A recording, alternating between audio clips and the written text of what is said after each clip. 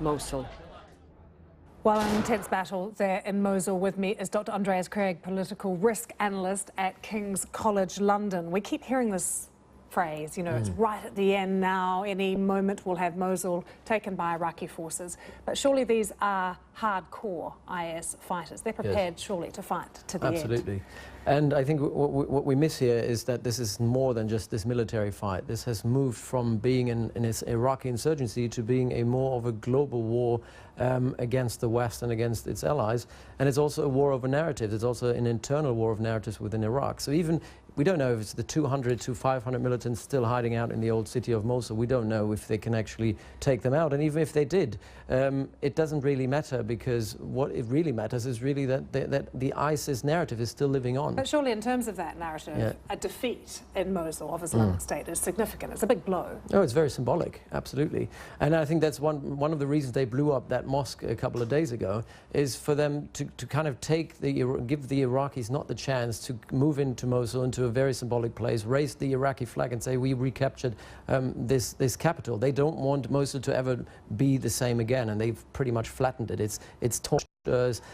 It's a very symbolic defeat, but I think over the last 2 years we've seen ISIS moving from being an insurgency group and investing into the Islamic State caliphate into being more of a terrorist organization. But can Iraqi forces not only defeat Islamic State in Mosul, but keep them out? That's the big question.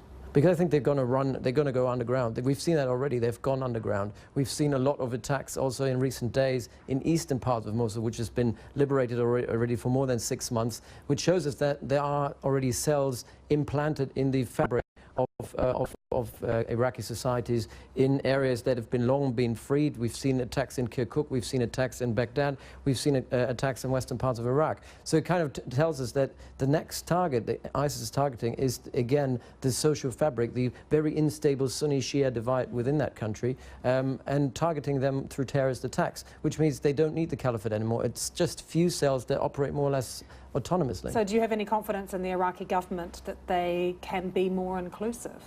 I don't think so.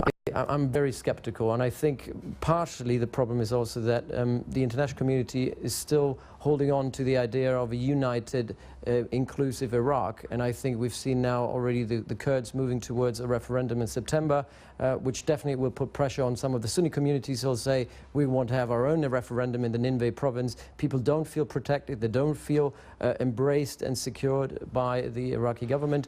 And we've seen also people, you know, if we look at many of the militias that are helping the Iraqi government now freeing the city, some of them have been involved in atrocities, and they are, to some extent, have been part of the problem. We're looking at ISIS as the problem, but ISIS is a symptom in Iraq of a much bigger, much deeper battle between who actually can secure inclusively all of these communities. And what we've seen is decentralization, disintegration, and once this common enemy is leaving, all these problems will come back to the surface. Problems of Iran, Iran's involvement in southern Shia areas, the Kurdish problem, and the Sunni problem. Sunnis don't feel represented by Baghdad, and they looked for ISIS for help.